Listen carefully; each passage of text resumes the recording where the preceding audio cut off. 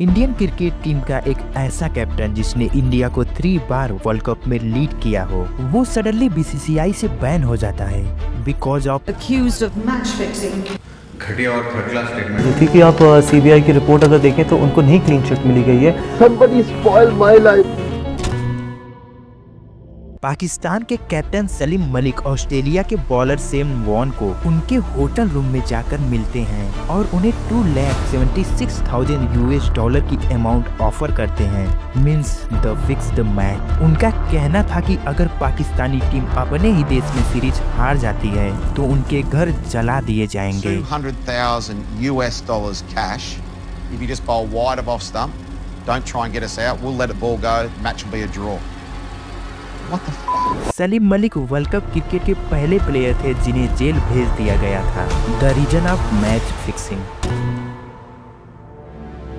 2000 में एक ऐसी कहानी बनी जो सिर्फ क्रिकेट का गेम नहीं बल्कि पूरे देश की उम्मीद तोड़ गई थी। कैप्टन अजहरुद्दीन इंडिया का सबसे रेबल बैट्समैन पर एक ऐसा इल्जाम लगा जो न सिर्फ उनकी लेगेसी खत्म करता है बल्कि पूरे क्रिकेट वर्ल्ड को हिला देता है। पर क्या ये सच था या फिर इस कहानी के पीछे कोई और छुपी साजिश थी? आज हम इस स्कैंडल के हर प्लेयर को एक्सपोज करेंगे और आपको एक शॉकिंग ट्रूथ बताएंगे जो शायद आपने कभी नहीं सुना होगा।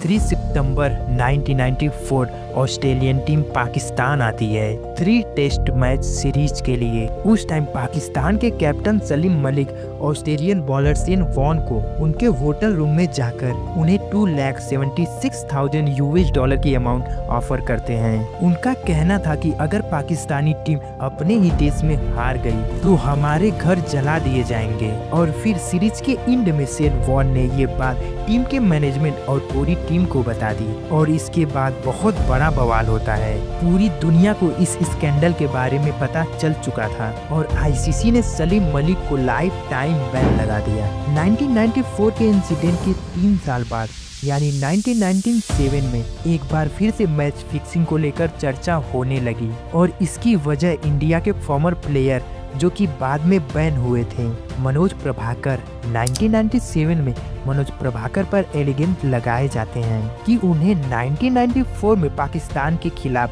मैच हारने के लिए 25 लाख रुपए ऑफर किए गए थे और बाद में ये भी पता चला कि मनोज प्रभाकर को पैसे ऑफर करने वाले कपिल देव थे। वेल, ये बात कितनी सच है या कितनी झूठ ये तो मनोज प्रभाकर ही जानते होंगे। इसे लेकर पूरे वर्ल्ड क्रिकेट में अभी बात चल ही रही थी। तब तक फाइनली वो सीरीज आ जाती है जिसने मैच फिक्सिंग स्कैंडल को फुल स्टॉप दे दिया। वो सीरीज थी India versus south Africa.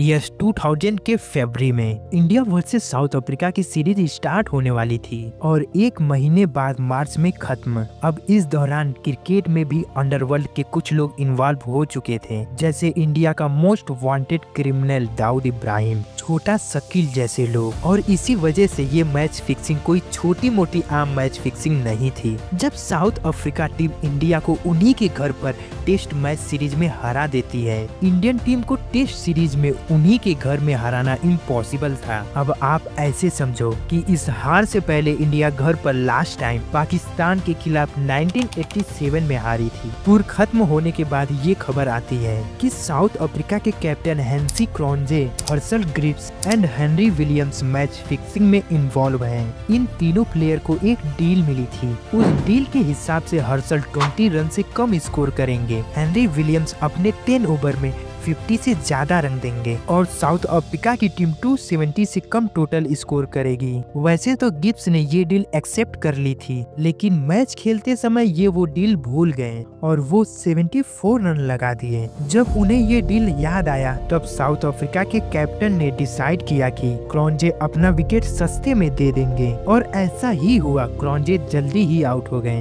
But south Africa का टोटल तब तक 320 हो गया था और उसके बाद हेनरी इंजर्ड हो जाते हैं और वो भी अपना डील पूरी नहीं कर पाते हैं। उन्हें इस प्रोजेक्ट के $50,000 मिलने वाले थे, बट ऑलरेडी दे फेल्ड। ये सब रिवील होने के बाद क्रॉन्जे को टीम से बैन कर दिया गया था और वहीं हर्सल ग्रिप्स और विलियम्स बच गए थे। पर ये सब प्लेयर आखिर पकड़े कैसे गए? 7 अप्रैल 2000 में दिल्ली पुलिस क्राइम ब्रांच ने ये दावा किया कि उनके पास Sandeep Chawla, well known bookie और हेनरी क्रॉन्जे के मैच फिक्सिंग को लेकर एक कॉल रिकॉर्डिंग है। उस कॉल रिकॉर्डिंग में दिल्ली पुलिस ने बताया कि कॉल रिकॉर्डिंग में यही बात हो रही थी कि उस मैच में कौन खेलेगा और कौन टॉस जीतेगा और कौन सा प्लेयर कितना रन स्कोर करेगा। अगले दिन वही चीज मैच में सच होती थी और ये सब चीजें दिल्ली पुलिस को मैच के मिड सीरीज में ही पता चल गई थी, लेकिन उन्होंने तब तक रिवील नहीं किया क्योंकि फिर सीरीज को बीच में ही बंद करना पड़ता। इससे उनका ये नुकसान हुआ कि उनके हाथ संजीव चावला निकल गया और वो लंदन भाग गया। इन सब के बाद एक कमेटी बैठाई गई जिसे एडवे किंग लीड कर रहे थे, जिसने बताया कि गिब्स को इंडिया वर्सेस साउथ अफ्रीका के ओडीआई मैच में 20 रन बनाने थे, लेकिन उन्होंने 74 रन स्कोर किया, जिसकी वजह से उन्हें वो अमाउंट रिसीव नहीं हुआ था। उन्होंने हेनरी विलियम का भी नाम लिया। कुछ दिन बाद हेनरी ने खुद ही बुकीज के साथ अपने सारे कॉन्ट्रैक्ट रिवील किए थे और ये काफी बड़ा रिवील था क्योंकि उन्होंने साथ में बुकीज से मिलने वाले पैसे भी रिवील किए थे। हेनरी क्रॉन्जे ने आगे ये भी बताया मोहम्मद अजहरुद्दीन ही वो इंसान थे जिन्होंने यमके गुप्ता नाम के बुकीज से मिलवाया और वहीं से क्रॉन्जे को कमेटी ने लाइफ टाइम के लिए बैन कर दिया। अगर हम इस इंसिडेंट को इंडिया के साइड के पर्सपेक्टिव से देखें तो ये ऑलरेडी एक ऐसी चीज मानी जा चुकी थी जिसे किसी ने भी एक्सेप्ट नहीं किया था और वो था मैच फिक्सिंग में इंडियन कैप्टन अजहरुद्दीन का नाम आ जाना। मोहम्मद अजहरुद्दीन के साथ कुछ और भी नाम इन्वॉल्व थे, इंक्लूडिंग अजय शर्मा, मनोज प्रभाकर और डॉक्टर अली रानी। अजय शर्मा वो जिसने यमके गुप्ता को अजहरुद्दीन से मिलाया था और साथ में मोहम्मद अजहरुद्दीन, इन दोनों को लाइफ टाइम के लिए बैन कर दिया गया। अजहर और यमके गुप्ता का नाम मैच फिक्सिंग में जून में आता है और ये सारा केस सीबीआई को ट्रांसफर कर दिया जाता है। यमके गुप्ता सीबीआई को शुरुआत में कुछ भी नहीं बताते, लेकिन थोड़ा प्रेशर पड़ने के बाद वो सारे राज एक एक करके बता देते हैं। 1998 में यमके गुप्ता यानी मुकेश कुमार गुप्ता ये एक नॉर्मल बैंक ऑफिसर था जो कि बैंक में जॉब करता था और बचे हुए टाइम में वो छोटे मोटे मैच में पैसे लगाता था जिससे ये अच्छा पैसा बनाता था, जिसको देखकर अंडरवर्ल्ड इसे हायर करता है और मुकेश गुप्ता को छोटे मोटे मैच देखने के लिए जाने को कहता है, जैसे रणजी डोमेस्टिक का मैच, जिसमें मुकेश का काम था कि वो उस मैच में अच्छे प्लेयर को ढूंढे जो उनके मैच फिक्सिंग में काम आ सके। यमके गुप्ता बताते हैं कि वो पहले क्रिकेटर को सेलेक्ट किए जो कि अजय शर्मा थे। अजय शर्मा बहुत ही टैलेंटेड प्लेयर था बट वो काफी गरीब फैमिली से था। That means he was a right player for M K Gupta to execute his plan and approach करते ही यमके गुप्ता अजय शर्मा का अच्छा फ्रेंड बन जाता है। वो अजय शर्मा को 2000 रुपीज भी देता है। आगे जाकर अजय शर्मा की फाइनेंशियली भी हेल्प करता है। ईयर 1919 में अजय शर्मा का सिलेक्शन टीम इंडिया में हो जाता है for the New Zealand tour. M K Gupta ने बताया कि अजय शर्मा उन्हें कॉल के थ्रू बहुत सारी इंफॉर्मेशन देते थे और फिर इंडियन टीम के कैप्टन मोहम्मद अजहरुद्दीन की गर्लफ्रेंड ने एक फैशन शो करवाया था। उसके लिए उन्हें एक चैरिटी स्पॉन्सर चाहिए था। ये बात अजय शर्मा के पास आई तो उन्होंने दिल्ली में यमके गुप्ता की मीटिंग अजहरुद्दीन से करवाई और यहाँ पर यमके गुप्ता अजहरुद्दीन को 1 करोड़ रुपए देने के लिए मान जाते हैं। और आखिर माने भी क्यों ना, जब टीम का कैप्टन ही हाथ लग जाए तो कोई भी बुकीज उस अपॉर्चुनिटी को मिस नहीं करना चाहेगा। मोहम्मद अजहरुद्दीन कहते हैं कि वो एग्जैक्ट मैच बता देंगे कि कौन सा इंडिया जीतेगी और कौन सा हारेगी और उन्हें 50 लाख एडवांस दे दिया जाता है। और साथ में यमके गुप्ता बताते हैं कि मोहम्मद अजहरुद्दीन ने ये कंफर्म बोला था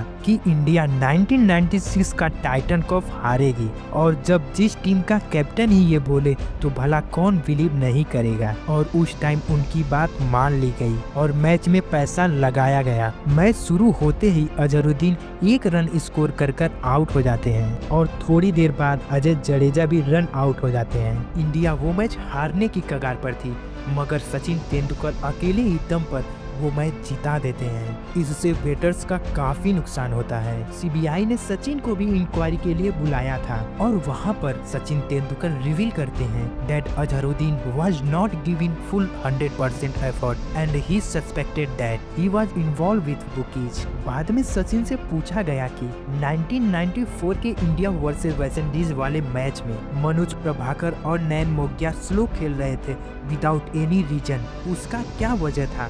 देन सचिन बताते हैं कि वे उस मैच के वाइस कैप्टन थे और वो पूरी तरह से क्लियर थे कि कोई भी इंटेंशन नहीं दिया गया था for them to play slow. उस टाइम सचिन काफी गुस्सा भी हो गए थे। कुछ समय बाद अजहरुद्दीन को सीबीआई ने इंक्वायरी के लिए बुलाया। शुरुआत में तो उन्होंने ये सब एक्सेप्ट करने से मना कर दिया, पर जब सीबीआई ने proper billing report and property के ट्रांजैक्शन दिखाए और ये भी कहा कि साइड वाले रूम में एमके गुप्ता भी प्रेजेंट हैं, तो अगर आप चाहें तो उनसे कंफर्म कर सकते हैं। उसके बाद जाकर मोहम्मद अजहरुद्दीन ने एक्सेप्ट किया कि वो सब मैच फिक्सिंग में इन्वॉल्व थे। इन सब के बाद अजहरुद्दीन को आईपीसी के द्वारा क्रिकेट में पूरी तरह से बैन कर दिया जाता है और इसके बाद सीबीआई एक 75 पेजेस की फाइल रिपोर्ट सबमिट करती है टू द यूनियन मिनिस्टर, जिसका अंजाम ये निकलता है बीसीसीआई अजहरुद्दीन के साथ अजय जडेजा, नयन मोग्या, अजय शर्मा को कल्पित घोषित करती है। सीबीआई की रिपोर्ट की वजह से बीसीसीआई ने इन सभी प्लेयरों को कल्पित तो घोषित कर दिया, मगर मैच फिक्सिंग जैसे चीज को लेकर इंडिया में कोई भी लॉ नहीं है, इसलिए कोर्ट में इन्हें जेल नहीं होने वाली थी।